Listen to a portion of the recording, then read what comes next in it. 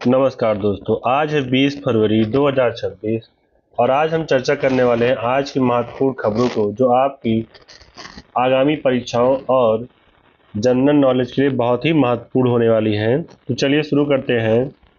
पहली खबर है भारत और यूएसए ट्रेड डील। तो विवरण, भारत और अमेरिका के बीच एक प्रमुख ट्रेड डील हुई है जिसका उद्देश्य भारतीय रुपये को मजबूत बनाना है। मुख्य उद्देश्य, इस डील से भारत में प्रत्यक्ष विदेशी निवेश अर्थात एफडीआई का प्रवाह बढ़ने की उम्मीद है। अगर परीक्षा के नज़रिए से देखें तो अमेरिका ने भारत पर रेसिप्रोकल टैरिफ को 50% तक कम कर दिया है जो एशिया में सबसे कम है। यह भारत के करंट अकाउंट डेफिसिट को कम करने में मदद करेगा।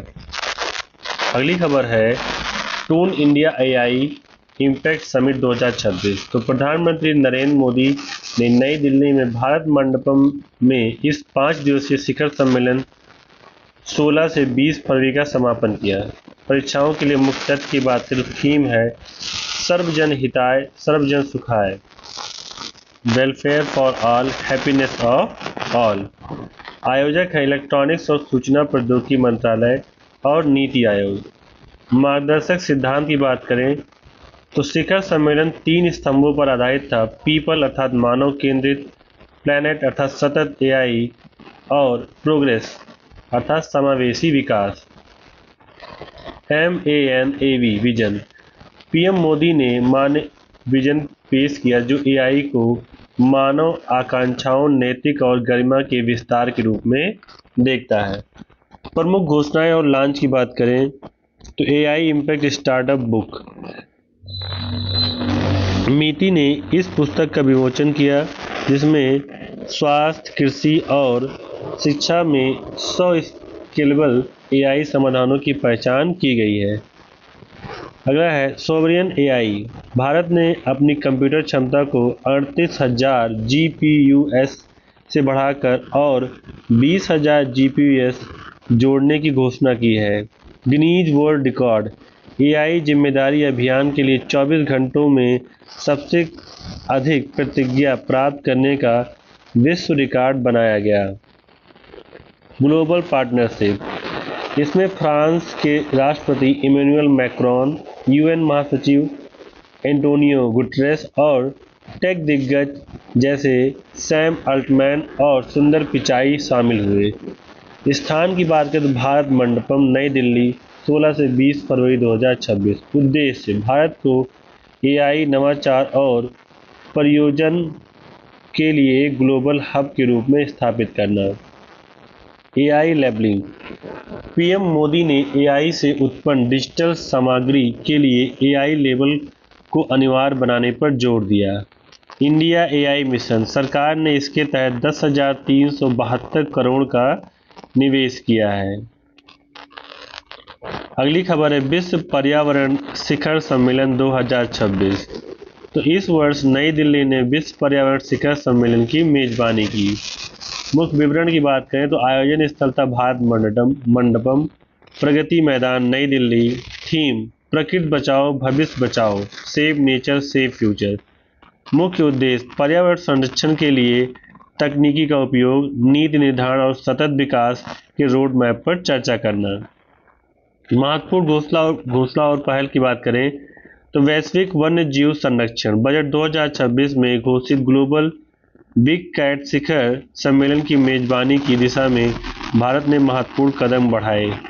नेट जीरो लक्ष्य, सम्मेलन में चर्चा की गई कि वर्तमान में केवल 2 देश ही अपने नेट जीरो लक्ष्य को प्राप्त कर पाए हैं जबकि भारत सहित अन्य देश 2030 और उसके बाद के लक्ष्यों पर कार्य कर रहे हैं।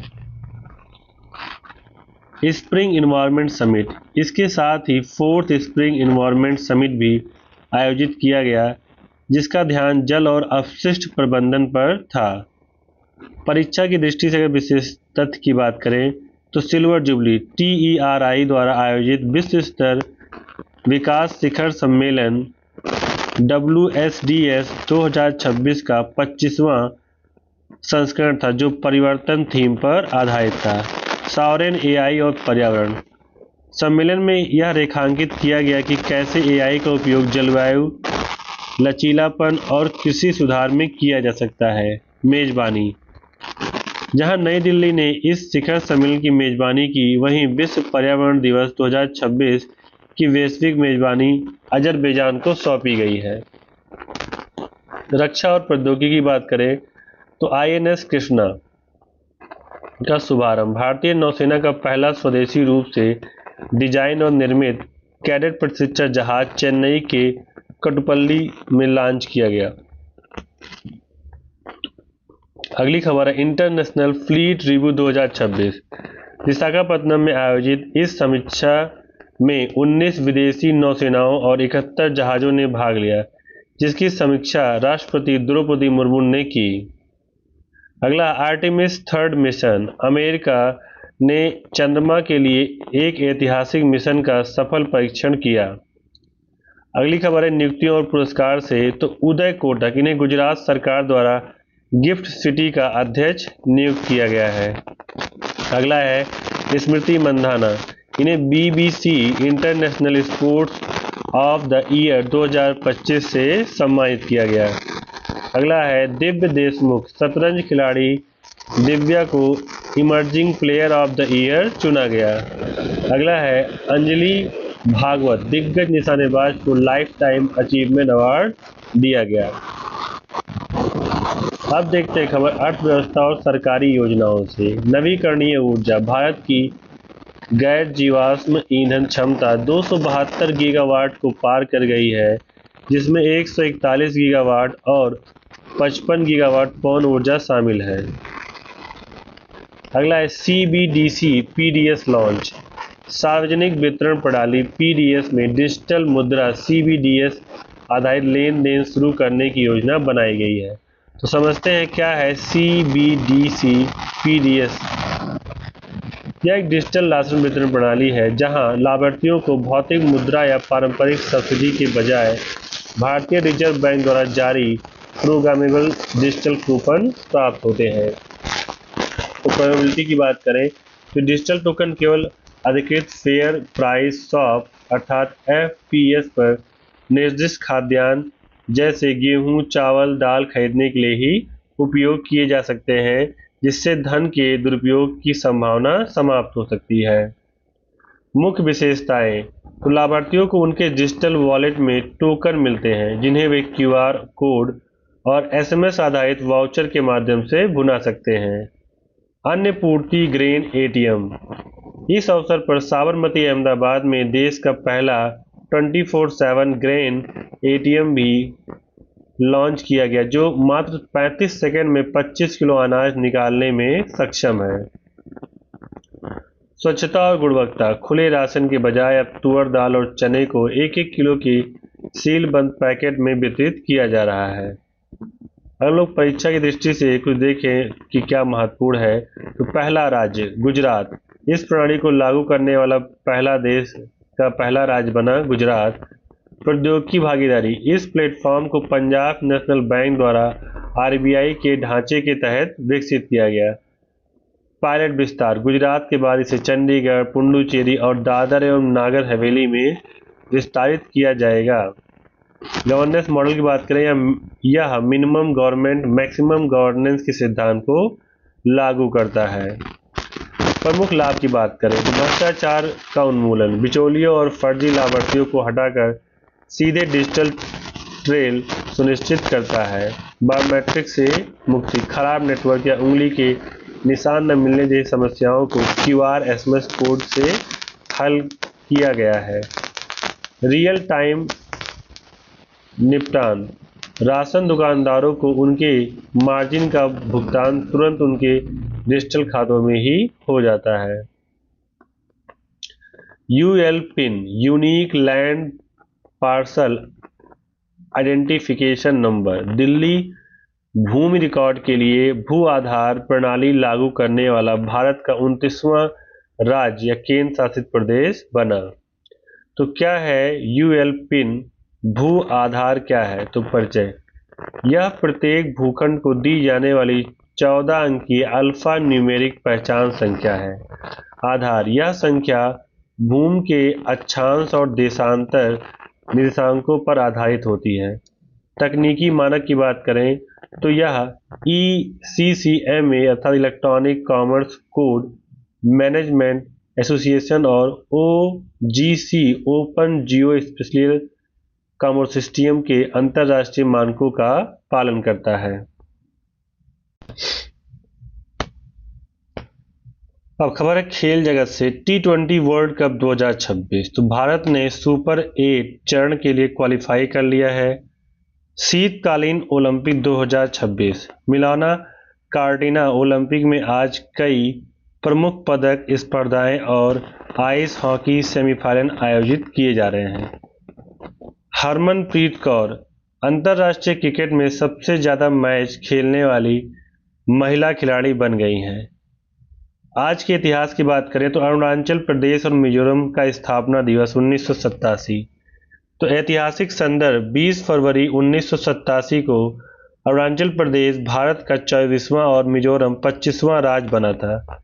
संवैधानिक महत्व मिजोरम को 53वें संविधान संशोधन 1986 और अरुणाचल प्रदेश को 55वें संविधान संशोधन 1986 के माध्यम से पूर्ण राज्य का दर्जा दिया गया।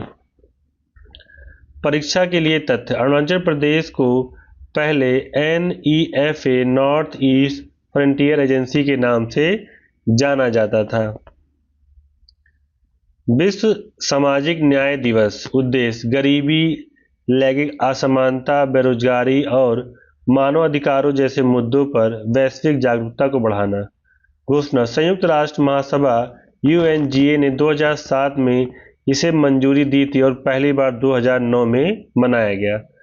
ऐतिहासिक इटली की घोषणा 1947 तो 20 फरवरी 1947 को ब्रिटिश प्रधानमंत्री क्लीमेंट एटली ने हाउस ऑफ कॉमन्स में घोषणा की थी कि ब्रिटिश सरकार 30 जून 1948 तक भारत को पूर्ण स्वशासन सौंप देगी। महत्व इसी घोषणा के बाद लॉर्ड वेवेल के स्थान पर लॉर्ड माउंटबेटन को भारत का अंतिम वायसराय नियुक्त किया गया था। अगला दादा साहब फाल्के की पुण्यतिथि। योगदान धुंडीराज गोविंदा फाल्के जिन्हें भारतीय सिनेमा का जनक कहा जाता है का निधन 20 फरवरी 1944 को हुआ था। फिल्म उन्होंने 1913 में भारत की पहली पूर्ण लंबाई वाली फीचर फिल्म राजा हरिश्चंद्र बनाई थी। पुरस्कार भारत सरकार उनके सम्मान में सिनेमा क्षेत्र का सर्वोच्च पुरस्कार दादा साहब फाल्के पुरस्कार प्रदान करती है। अगली खबर है अंतरिक्ष विज्ञान जॉन गैलन की उपलब्धि 1962 घटना जॉन गैलन पृथ्वी कक्षा की परिक्रमा करने वाले पहले अमेरिकी बने थे। मिशन फ्रेडशिप 7 कैप्सूल के माध्यम से उन्होंने यह उपलब्धि हासिल की थी जो शीत युद्ध के दौरान अंतरिक्ष दौड़ का एक महत्वपूर्ण हिस्सा था। अब आज के MCQ प्रश्नों को देख लेते हैं। तो पहला प्रश्न है INS कृष्णा जिसे हाल ही में लॉन्च किया गया किस प्रकार का जहाज है। नंबर A युद्धपोत, नंबर B कैडेट प्रशिक्षण जहाज, नंबर C पनडुब्बी, D विमान वाहक पोत। तो इसका फर्स्ट ऑप्शन करेक्ट हो जाएगा युद्धपोत। नहीं, इसमें युद्धपोत नहीं होगा, इसका होगा सेकेंड ऑप्शन करेक्ट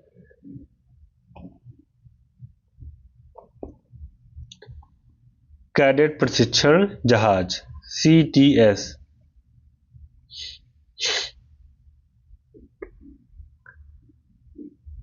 अगला है इंटरनेशनल फ्लीट रिव्यू IFR 2026 की समीक्षा राष्ट्रपति द्रौपदी मुर्मू ने किस शहर के तट पर की। Option A Mumbai, B Kochi, C Visakhapatnam, D Chennai.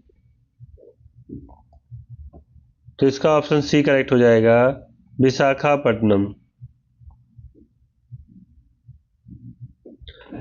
तो IFR 2026 में 19 विदेशी नौसेनाओं और 71 जहाजों ने भाग लिया।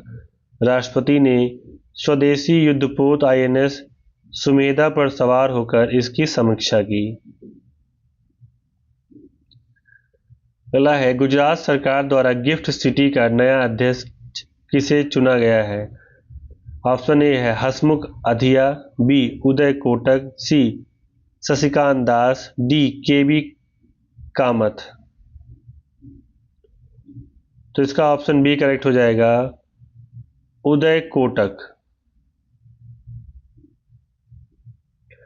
तो कोटक महिंद्रा बैंक के संस्थापक उदय कोटक को हसमुख अधिया के स्थान पर नियुक्त किया गया ताकि गिफ्ट सिटी को वैश्विक वित्तीय केंद्र बनाया जा सके। अगला है हाल ही में किस राज्य ने भू आधार प्रणाली लागू की और ऐसा करने वाला 29वां राज्य बना। तो ऑप्शन ए है लद्दाख, बी पुडुचेरी, सी दिल्ली, डी उत्तर प्रदेश। तो इसका ऑप्शन सी करेक्ट हो जाएगा, दिल्ली।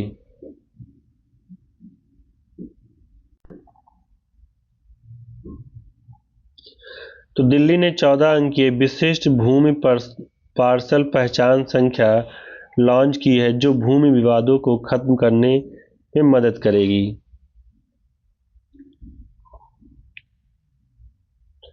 अगला प्रश्न है भारत के किस शहर में पहली बार सीबीडीसी आधारित सार्वजनिक वितरण प्रणाली का उद्घाटन किया गया।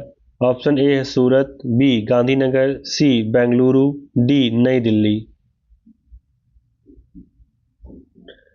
तो इसका ऑप्शन बी करेक्ट हो जाएगा, गांधीनगर। तो गृह मंत्री अमित शाह ने गांधीनगर में डिजिटल मुद्रा आधारित राशन प्रणाली और अन्न पूर्ति ग्रेन एटीएम का शुभारंभ किया। अगला है नासा के आर्टेमिस 3 मिशन का मुख्य लक्ष्य क्या है। ऑप्शन ए है मंगल पर मानव बस्ती बसाना, बी चंद्रमा के दक्षिणी ध्रुव पर मानव लैंडिंग, सी सूर्य के कोरोना का अध्ययन, डी शुक्र ग्रह पर लैंडर भेजना। तो इसका ऑप्शन बी करेक्ट हो जाएगा, चंद्रमा के दक्षिणी ध्रुव पर मानव लैंडिंग।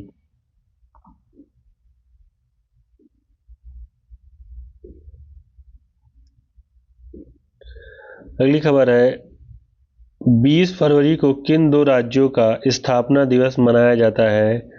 ऑप्शन ए है असम और नागालैंड, बी मिजोरम और अरुणाचल प्रदेश, सी मणिपुर और त्रिपुरा, डी सिक्किम और गोवा।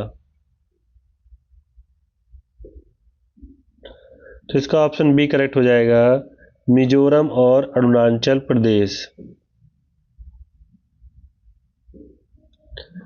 अगला प्रश्न है विश्व सामाजिक न्याय दिवस प्रतिवर्ष कब मनाया जाता है। ऑप्शन ए है 15 फरवरी, बी 18 फरवरी, सी 20 फरवरी, डी 22 फरवरी।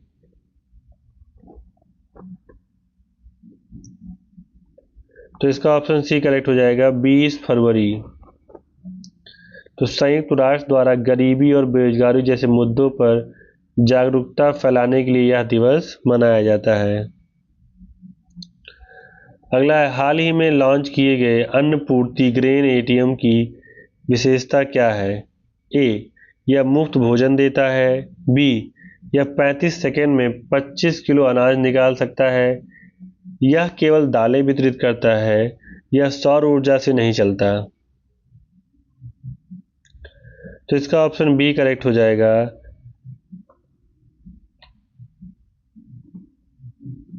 यह 35 सेकेंड में 25 किलो अनाज निकाल सकता है।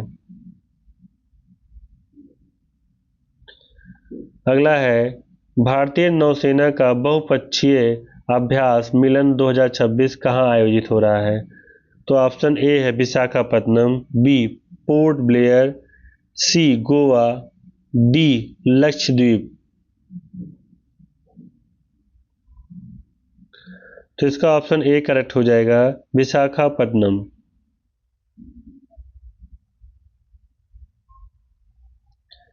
अगला है क्लीमेंट एटली ने 20 फरवरी 1947 को भारत की स्वतंत्रता के संबंध में क्या घोषणा की थी। ऑप्शन ए भारत का विभाजन, बी जून 1948 तक सत्ता हस्तांतरण, सी साइमन कमीशन की नियुक्ति, डी अंतरिम सरकार का गठन। तो इसका ऑप्शन बी करेक्ट हो जाएगा, जून 1948 तक सत्ता हस्तांतरण। अगला है, भू आधार कितने अंकों का अल्फा न्यूमेरिक नंबर होता है? ऑप्शन ए है 10, बी 12, सी 14, डी 16। तो इसका ऑप्शन करेक्ट हो जाएगा सी 14। अगला है, भारत का पहला 24/7 ग्रेन एटीएम किस शहर में स्थापित किया गया है? ऑप्शन ए है गांधीनगर, बी अहमदाबाद, सी राजकोट, डी वडोदरा।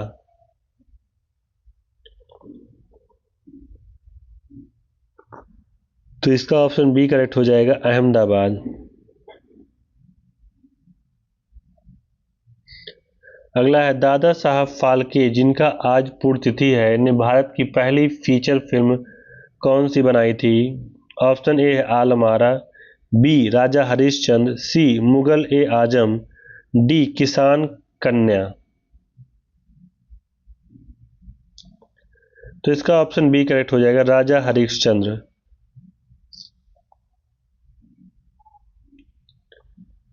तो 1913 में बनी यह मूक फिल्म भारतीय सिनेमा की पहली फीचर फिल्म थी। अगला है, महासागर विजन को IFR 2026 की चर्चा में रहा का क्या अर्थ है? तो महासागरों की सफाई, बी सुरक्षा और विकास के लिए क्षेत्रीय सहयोग, सी केवल मछली पकड़ने का अधिकार, डी नई बंदरगाह नीति। तो इसका ऑप्शन बी करेक्ट हो जाएगा, सुरक्षा और विकास के लिए क्षेत्रीय सहयोग।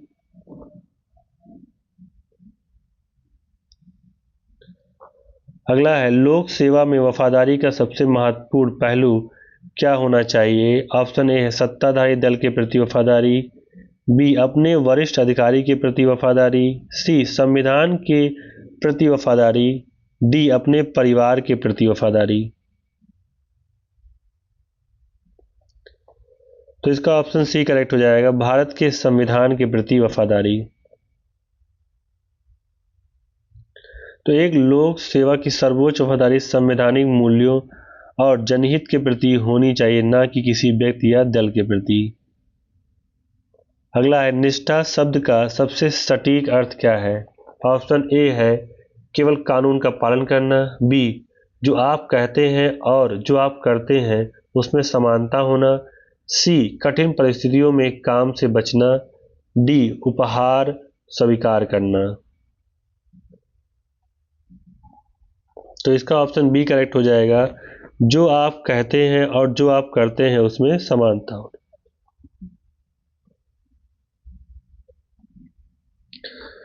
तो निष्ठा का अर्थ है अपने नैतिक सिद्धांतों पर अडिग रहना, चाहे कोई देख रहा हो या नहीं।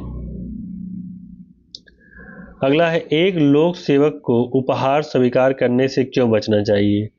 क्योंकि उपहार सस्ते होते हैं, बी इसमें भविष्य के निर्णयों में पक्षपात की संभावना बढ़ती है, सी समाज इसे पसंद नहीं करता, डी इससे कार्यालय में भीड़ बढ़ती है। तो इसका ऑप्शन बी करेक्ट हो जाएगा, इससे भविष्य के निर्णयों में पक्षपात की संभावना बढ़ती है। तो यह हितों के टकराव की स्थिति पैदा करता है और निर्णय लेने की निष्पक्षता को प्रभावित करता है। अगला है क्वेश्चन, सहानुभूति और समानुभूति में क्या अंतर है? ऑप्शन ए है कोई अंतर नहीं है, बी सहानुभूति में केवल दुख महसूस होता है, समानुभूति में मदद करने की इच्छा होती है, सी सहानुभूति उच्च स्तर का गुण है, डी समानुभूति केवल जानवरों के लिए होती है। तो इसका ऑप्शन बी करेक्ट हो जाएगा, सहानुभूति में केवल दुख महसूस होता है, समानुभूति में मदद करने की इच्छा होती है।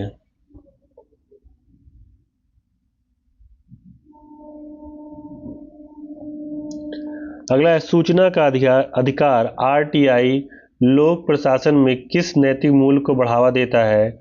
ऑप्शन ए है गोपनीयता, बी पारदर्शिता, सी लाल फीताशाही, डी पक्षपात। तो इसका ऑप्शन बी करेक्ट हो जाएगा, पारदर्शिता।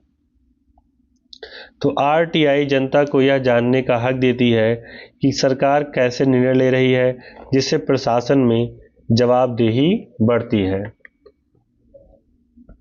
तो ये थी आज की प्रमुख खबरें। अगर आपको ये जानकारी पसंद आई हो तो वीडियो को लाइक करें और डेली करंट अफेयर्स के लिए हमारे चैनल को सब्सक्राइब करें। कल फिर मिलेंगे। धन्यवाद।